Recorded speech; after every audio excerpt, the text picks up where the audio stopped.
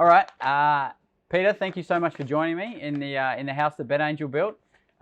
Really appreciate your time. Have you seen some good case studies from people going through the academy that have become, really competent traders without any significant background? Yeah, you get. I think the thing that you need to think about as well is trading is not like your traditional gambling. So we tend to find people who come into the academy with the gambling mindset have to almost unwind that and then learn to trade before they can start moving forward. Whereas some of the most successful people that we've got have come from trading backgrounds. So they come in and ask all the right questions straight away, which is like, how long do I have on this event? What's the maximum upside? What is driving the market and stuff like this. Whereas a traditional gambler sort of tends to say, well, who's going to win? And that's not a typical trading mindset. So we've got loads of, we try and give people the right steerage. So I'm happy to talk about the good and the bad, because it's important for people to understand exactly what their true objective is. And sometimes that's quite a bit different from a traditional gambler. And so someone that doesn't come in with that tertiary background or that experience trading other markets, is there any books or any other resources that you point them in that will complement their academy training? I mean, if you look at the forum, that's got an enormous amount of old, new, and experienced traders within there. We try and update the blog to give as much information, but basically our objective really is to try and get people at least to that first level before they start committing serious money to it. So the YouTube videos, we've got about 800 YouTube videos now. The academy puts them all into a nice structured context with a bit of added value. And I think that trading is very much a visual medium. So if you sit down and get screen time, that's probably one of the most important educational resources that you can get, simply because that's what you're going to be doing. So that's why we've sort of tended to focus on that type of content, simply because it allows you to understand it within its full context. And then do you recommend people just stake really small, or should they use the BetAngel practice mode to get started? And then how long do you have to sort of put the reps in before you can sort of escalate that behavior and increase your betting? I think, first of all, you should be using practice mode. So when you use practice mode on BetAngel, you can use it for all of the features of the product. There are no limitations. It acts and behaves very similar to what a real market would do. But the advantage of practice mode is it allows you to completely screw up without costing you any money. And that's the best way to do it. So you can go in there, you can click away, use all of the wonderful features without any fear of making a dreadful mistake. But really, you should move to using real money as quickly as possible, because when you're in practice mode and you've got $500 at risk, you don't feel anything. But do that in the market and it feels completely different. So just in terms of making that transition, do you think people should say that they're betting on other markets with different strategies, maybe arbitraging, and a unit for them might be $100 or £100?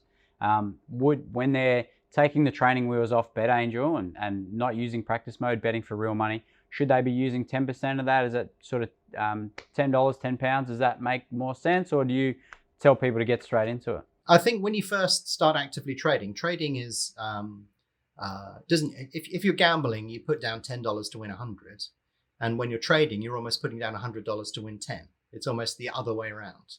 But the advantage you've got with trading is you could do 100 markets, and you may be up or down a few dollars on each of those markets. But over the course of 100 markets, you'll generally be up. So it feels very different from what you would typically do when you're gambling. But when you first start trading, it's better to use small amounts of money, just so that you can get used to getting yourself out of a situation or exploiting an opportunity when you see it. But the problem is you're probably not going to earn a lot of money when you first start doing that.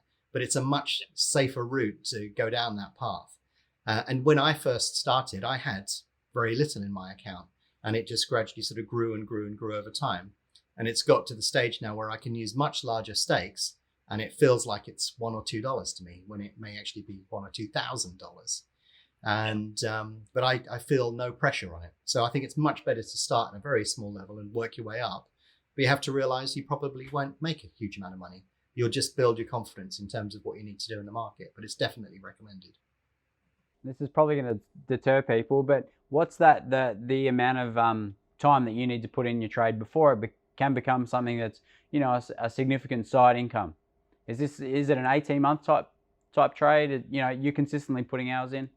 I think, to speak completely honestly and realistically, because sports is seasonal, you almost need to spend a year doing it, if I'm completely honest, because I remember the first week period that I went through, and there was a sort of a mild sense of panic as you saw the numbers dropping away, and you're sort of thinking, well, I'm not doing anything different, but I didn't realize that it was just seasonality. So sometimes the racing is really good and sometimes it's really awful. And you'll know that we're about to enter this period of much more group racing, but we've just come out of the period of a couple of months where there wasn't much at all. So expecting to get the same amount of money recently that you'll be able to yield in February and March, it's two completely different types of markets. So you almost need to experience that entire cycle before you feel confident that you've seen everything and can deal with everything that the market throws at you. And the influence of psychology on betting markets, how big is that in terms of your training and your philosophies, both strategically and the research that you recommend people undertake in terms of understanding people's behaviors? Well, I think actually that's a really good question, because when I first started trading, I was more focused on what happens within the sport. How does the sport work? And then it was more about trying to get the money management right so that I could make sure I matched what I was doing with what was in the market. Then you have all of the trading and all of the strategies. But in fact, the psychological side is a whole different area unto itself. And that is on the pitch and actually in your mind as well. And I think it's an important part of the jigsaw, because it took me, I don't know, probably about 8 years for me to realize how important the psychological side was, because I would see things in the market that didn't seem to make any sense. And I was actively trading them. And I'm thinking, well, I don't know why this works, but I realized actually it was the way people were approaching the market. And from a trading perspective, the problem that people always have, and this is the big thing with the psychology, is we grew up, the human mind grew up in a world where you'd get eaten if you made a mistake. You'd hear a rustle in the bush and you'd go over and look at that bush, and then suddenly this thing would jump on you and drag you off to its den to have for lunch later. And so therefore, everybody's mind psychology is geared towards avoiding that situation. But that is a terrible thing to do when you're actively trading. You're looking for opportunities. You're looking for as many bushes that are making some sort of a noise that you possibly can, because when you lift up the bush or look inside it, you're not going to get eaten, but you may find a really good opportunity. You may find some decent lunch. So it's completely the opposite from what you would expect in the normal world. You have to be willing to take risk. And if you fail and it goes wrong, you just have to go, well, never mind, next one. So I think the psychology side of it is a very important aspect. So Peter, what percentage of your action is automated versus manual? Obviously, it's one of the key features of BetAngel is you can automate so many strategies. What percentage of your betting behavior fits into either bucket? Well, the automation sort of came along a bit later. So when I first started trading on Betfair, it was completely manual. And thanks to changes in the way that Betfair have done the API and all of those other things, and the development of BetAngel, we started adopting more automated strategies. So if you look at the Australian racing that's taking place tonight, there's only 2 meetings that I'll trade, but that will be completely automated. But then when you get around to Wednesday, when the racing picks up, that'll be manual and automated. And then on Saturday, I'll be sat behind my desk and actively trading that, especially when there's the group racing on. So it sort of rises and falls over time, but I've got something running automated pretty much 24/7. So there'll be stuff running tonight. And when I get up in the morning, it'll start working on the greyhounds in the UK. And then as we transition into the afternoon, I'll sit down and start manually trading it. And then as we go into the evening, it'll carry on doing other stuff. So it almost runs 24/7. So the mix has changed a bit over the years, but I'd say more and more stuff's being automated now. And we also, you can semi-automate with BetAngel. So if you've got a piece of automation that you want to deploy into a market, you can actually say, I want to deploy it in that market at this particular moment in time. So it's a mixture of different things that take place now, but they're all designed to exploit different niches within the market. So some things work fantastic with automation that don't work so well with manual, and the other way around as well. But I think the best thing is to do all of them, in all honesty, because there are opportunities in each part of that. Yeah, right. So was that quite hard initially to automate some of your strategies that you're obviously sitting down in front of and were successful manually? How hard was that initial part to transition that strategy into an automated one? Well, it's slightly easier than you probably think, because say, for example, you're watching something within a particular market and you're waiting for it to reach a certain point within the market.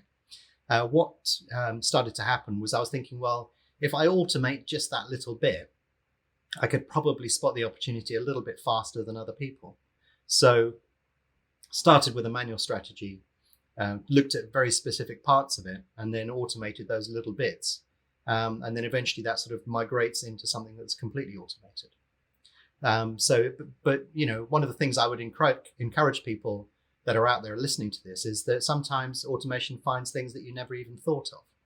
So, if you wanted to trade the UK markets in Australia, then obviously you've got the opposite problem there, in that it's taking place at the wrong time of the day.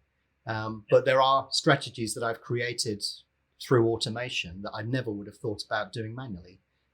So sometimes you bump into and find stuff that you were completely unaware of.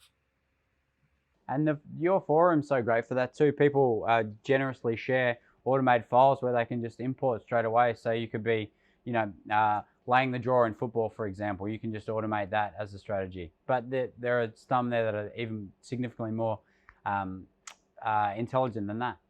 Yeah, and I think we realized when we created the automation that people were wanting to know how to do things, and that was going to be difficult to explain. So the easiest way for us to do that was to create a whole set of templates that people can it's like a menu, really. You can pick off bits of it or some of them on their own and start deploying that straight away. But the thing to remember with automation is your role as a trader is to put the right piece into the right market. So probably the hardest thing to do is to create something that just prints money endlessly and you can start ordering the big yachts and small islands off the coast of Australia.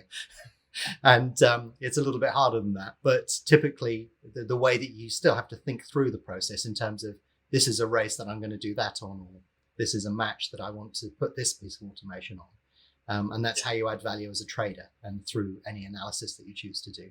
And then the automation can obviously go off and do it. And it's like having somebody working for you effectively. So I think it's quite effective from that viewpoint.